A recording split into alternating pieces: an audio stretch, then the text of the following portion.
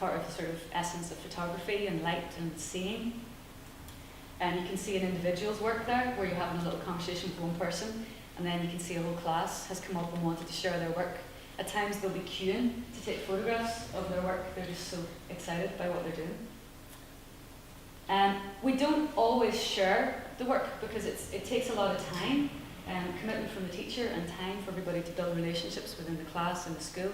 So we don't always know how to explain what we're doing to other people. It was a really interesting point that you made, that the critic has to come into the classroom to experience it in order to understand what's going on. But last year, after 5 years of working in the school, we thought, well, maybe we can share something. So the children made a book of that sort of period of work.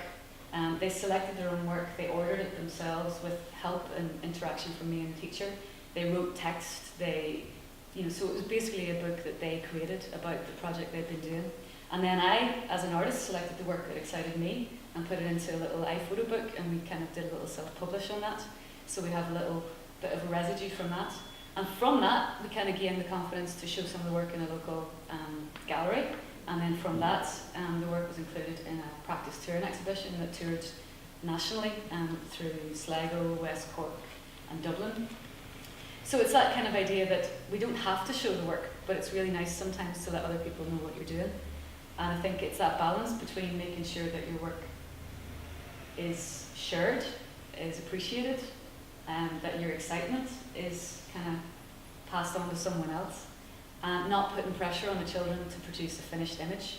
So for example, in this phase, there is the possibility of a virtually there tour where we're going to show work from the whole project, but we're not putting pressure on the children, we're not telling them about that because we're not finished this phase of work, and we don't want them to feel that they have to just produce something that's extra special. What they're doing is special enough as they go. So this is just another little image from the last phase, which is the dwell phase. These were pen and wash drawings based on old photos. They went into the family archive and researched who are these people in these photographs, who are my ancestors, and they looked at their locality, they looked at the places where they live, and they decided what they wanted to research. Some people did road signs, townlands, some people did family photos, drawings, and then they actually ended up doing a talk to their local historical society to tell all the adults what they discovered. So I think, when you're trying to measure outcomes, the confidence to do that they were able to stand up without notes and talk about their work to a load of adults that they'd never met before, I think that shows sort of how this kind of work can just inform you as a human being. And the teacher there, again, supporting them, she's an incredible partner, an equal partner, as are the children in all the stuff that we're doing. So I just wanted to show that my work is also part of the influence. So my work was about my own ancestry, the places where I lived, or where my family had lived over generations. And that was the starting point for the conversation. So I did these images through research. I discovered where my family had lived. And that conversation of where do your ancestors come from, what are your roots, what's important about the place around you, that informed the work that became Dwell. So that's probably all you need to hear about that. And then we're going to go back to Orla just to hear a little bit more about the project. Well, I just wanted to say that at the moment that we're in a very exciting part of our journey in relation to the Virtual There project, because we've just received funding from Arts Council of Northern Ireland and Arts Council of Ireland to tour virtually there to 6 venues. So it's really an opportunity for us now to reflect on the work that's come out of the project and to kind of really think about why we are sharing it and what we want to share, and how do we create a meaningful kind of exhibition for others who are not involved in the project, and what is it we want to communicate out about the virtual experience. I really feel it's so important to be able to position this work within a gallery context and have professional kind of opportunity to show the work. It's something that we haven't done yet, so I'm very keen to see how the next few months kind of develop in terms of the conversations that we have between the artists, the teachers, and the children about how to best articulate this work. So watch this space, because we're going to be actually in FE this time next year. So hopefully if some of you can come to our events that we'll be having there and see how we've actually managed to do that. So yeah, if anybody wants any more information about the project, feel free to contact us at Kids Zone, and I'm sure Anne has the link there to the journals if people want to find out more information about it. So thanks for listening and enjoy the rest of the afternoon. Thanks, Orla. That's brilliant. Bye. Okay.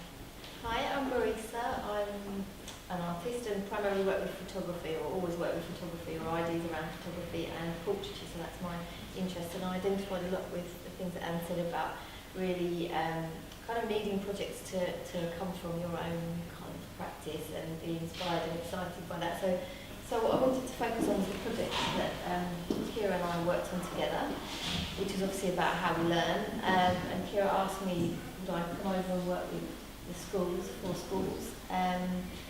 So I decided that it would be kind of a good way to start would be to just think about the very simple way that they relate to each other in the classroom. So getting the children to work in pairs. And asking them to do very, very simple activities with the camera. So thinking about how they wanted to photograph each other, represent each other, and how they wanted to, kind of show who they were and introduce themselves to me. So we did a lot of activities that were about just the spaces, photographing themselves in the spaces around the school, and we used different cameras. So I'm really interested in how different cameras have different kind of obviously have very different outcomes, but how the process of using a different camera really changes the way that the children or young people think about themselves, how they represent themselves. So some things are obviously very quick, some things are very slow processes. So we used studio lights, we used digital cameras, I used analogue cameras.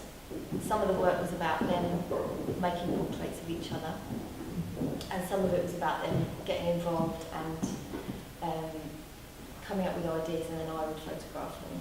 And also after we've done, so it was about 6 months from beginning to end, we started the project with an online collaboration. So I would send them images and then they would send me questions and images in response, and we kind of went backwards and forwards, and the teacher was mediating that. And that was really lovely. And then we ended the process by giving them disposable cameras. So after they'd had this kind of intense couple of weeks with me, then they, use their skills to sort of document their own lives. And I love this guy here because his whole camera was just about the whole film was all of the different things that he obviously set it up so that his family could photograph it. It was all the different things that obviously his hobbies and things that he does. So it was really amazing insight into his daily life. So what I'm really interested in is how people communicate, how people use a camera to communicate. So at the same time as we were doing these portraiture activities, I was asking the children to think very much about how they communicate with each other, and particularly how they use their hands when they communicate with each other. So we had kind of 2 things going on in tandem. I would be showing them other artists' work and getting them to think about ideas about communication and exchange and hand gestures, and then also about portraiture and how they could kind of get all of these ideas, explore these ideas through different types of photography and using different cameras. So then I started to make a series of work with them. So I asked them here to enact daily or reenact daily gestures. So very simple things like making a sandwich or playing a computer game. It was really interesting to see what they came up with, something that they did very frequently, and the kind of ideas that they had about what that might be. Lots of hobbies and very kind of simple rituals. And I also wanted to look at their very restful gestures and also to give them experience of working with different types of photography. So I had a really large medium format camera that was very, very slow, and I worked very, very close up to them, so it was quite an intimate experience. And a lot of them had to hold their breath to be still enough to have the photograph taken. So it's such a different way for them to engage with the camera than they normally do. And even though it's me taking the picture, I very much spoke to them about what they wanted to do. I wasn't directing them in terms of their gesture, and wanted them to be thinking about, what they wanted to show with their hands and the kind of gestures. And then it was really interesting at the end to go back, because we had sharing sessions, and to share all the work with them and see how they imagined the images would look, and then how they actually looked on the film was very, very different, especially these ones. They were quite surprised that they were so close, and the depth of field. I also asked them to work again with their partner and think about how they relate to each other in terms of their play, and then to set up a portrait. So I got them to draw and kind of practice, and then bring in what they wanted to bring in. Then we set up these portraits, and it was very important that they thought about how they sort of physically engaged during that play. So again, coming back to how they learn and exchange with their hands and how they communicate.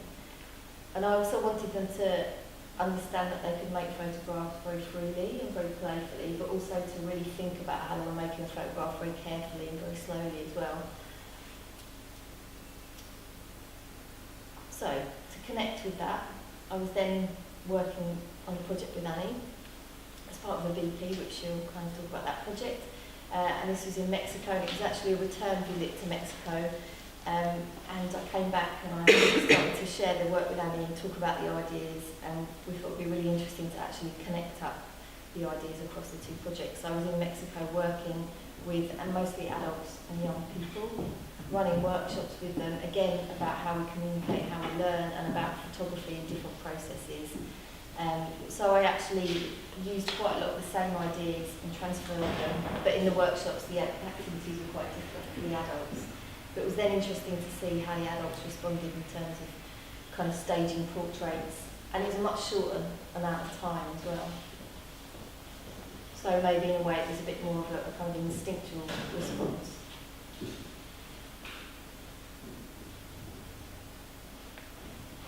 So this work's all very, very fresh. I've only just kind of been looking at it in the last week, really.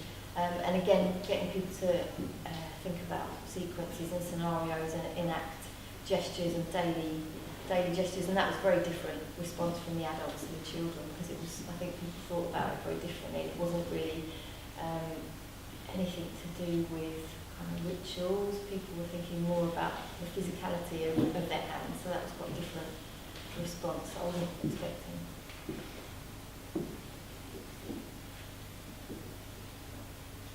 And also asking people to think about those natural restful gestures. The adults were quite different as well. I think they thought more about, I suppose, about the way that they knew that they had more understanding of how the images might look, I think, whereas the children didn't really. So at the same time, so I would be making work alongside all the participants, and I asked them to start creating sequences. And we looked as well at the spaces, so they were using the environments and thinking about how they physically related to the spaces using their hands, and how they could create sequences of hand gestures that were inspired by the spaces as well. It's really nice to be here, first time in Northern Ireland at all. Really nice to have been invited to Cara, so thank you to be in this new space. And I'm so delighted actually that there are so many artists, teachers and people that work in galleries, because you're the perfect audience for me to tell about the project that I run at Tate, and hopefully you'll all become part of it. It would be wonderful if you did. I'm a curator of a project called BP Art Exchange at Tate. I've been working for over 15 years on collaborative projects with artists and young people, both in big institutions and in smaller artist-run spaces. I also grew up myself in an artistic community, so collaboration is very much rooted in my core values as a person. And at Tate, core values are incredibly important to us. And actually all our programmes within the learning department at Tate are built on our core values as people, as well as building on the institution's mission. So collaboration is really at the centre of those. So, BP Art Exchange, what it is and who it's for, because I'm assuming no knowledge, I might be right or wrong. Anyway, I'll start as if people know nothing. It's a project which is all about international collaboration and exchange. And what it does is connect up teachers, artists, galleries and cultural institutions, and young people all over the world. And it does that through two different ways. So in the first instance, we have a social media platform, which is built very much on the same sort of principle as Facebook, but without the noise.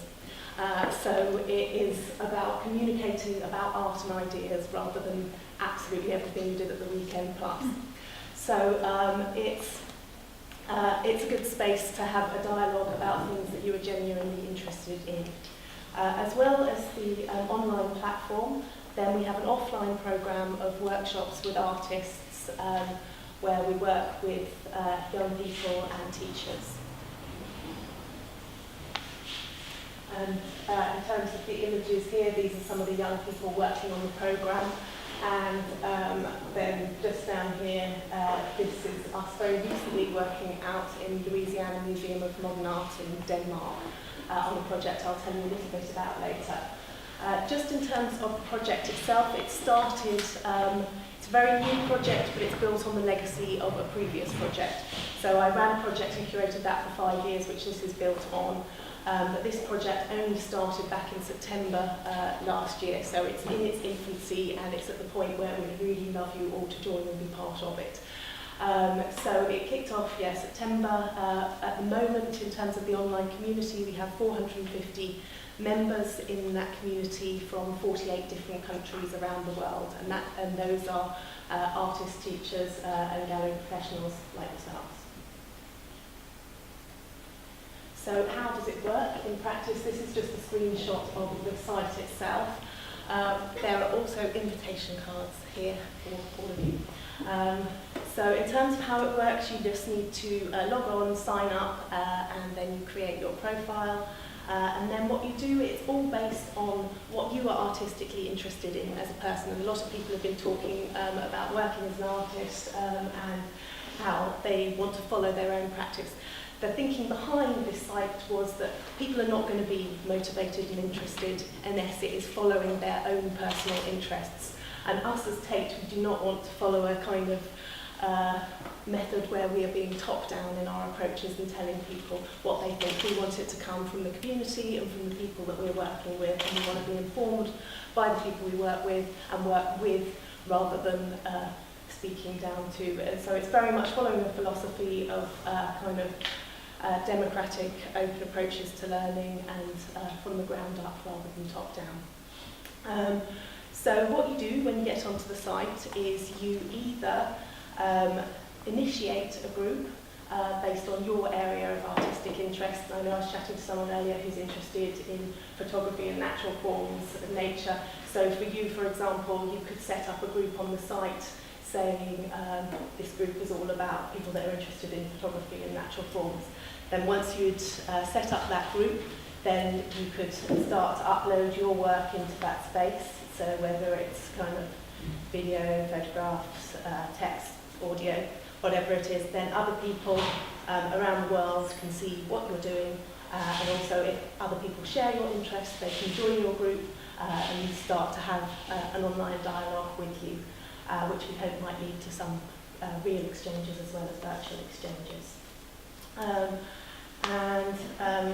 What we also do is we support schools by producing resources 3 times a year that are available online, and those are multi-translated. We produce those with artists. I brought an example of the first one here as an offline, but they are all available online.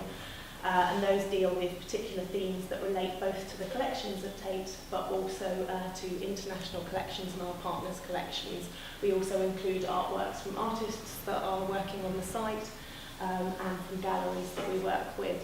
So if you were part of the community, you might find that at some point we approach you about including you in one of those packs and giving you some exposure. So how do you collaborate once you get on? You join these particular groups. This is an example of the groups here as you would see them. And that is the space where you make and exchange ideas. There are also additional forums and blogs and places where you can comment on the site. And then the offline programme with artists. In terms of the activity packs, there's a group that's formed around each activity as well. So if you wanted to try out a specific activity in the pack. Then you could also exchange with other people around the world that are also trying out that activity, so that you could share and compare and see what other people are up to. Or if you were working with young people and wanted to try out some of those activities, the other young people could see, okay, we're doing this activity here, and some school children over in Mexico are doing it too. What are they doing? How does this compare? Could we start to have a virtual dialogue about this? So in terms of kind of why we're doing it, and why we collaborate and why this is interesting for us as an institution, as I think I mentioned, it's underpinned by our values, my personal values, and hopefully values of my colleagues at Tate, and our mission, which is to be open, international, democratic and sustainable. Collaborative practice is something that is increasingly valued in Tate, and I've been quite encouraged, particularly over the last couple of years, in terms of the attention that it's been given. We're in the process, it's fast going up the new building of Tate Modern 2, where we'll have a whole 2 floors that will be given over to learning and collaborative practice.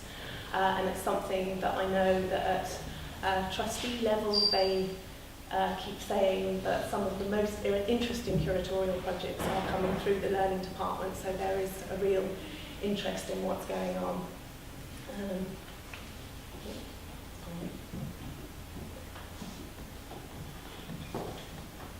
And just in terms of kind of the artists that we choose to work with through the programme, we tend to pick artists like Marisa here, who I've worked with actually in many different workplaces for probably the last 10 years.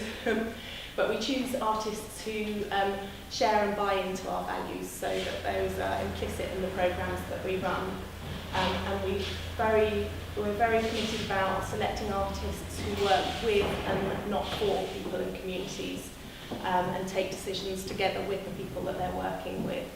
And whilst the artist's practice is often reflected in the work that they do with young people, we need to be really careful about kind of how we put together the contracts and how we communicate the relationship with the artist right at the beginning, so that if work is going to go into the gallery space and be seen by the general public, it is valued and seen as what it is, and that the appropriate credit is given both to the young people and to the fact that this has originated from the learning department, rather than being a straight curatorial project. And it's very important for us to make that distinction within the institution.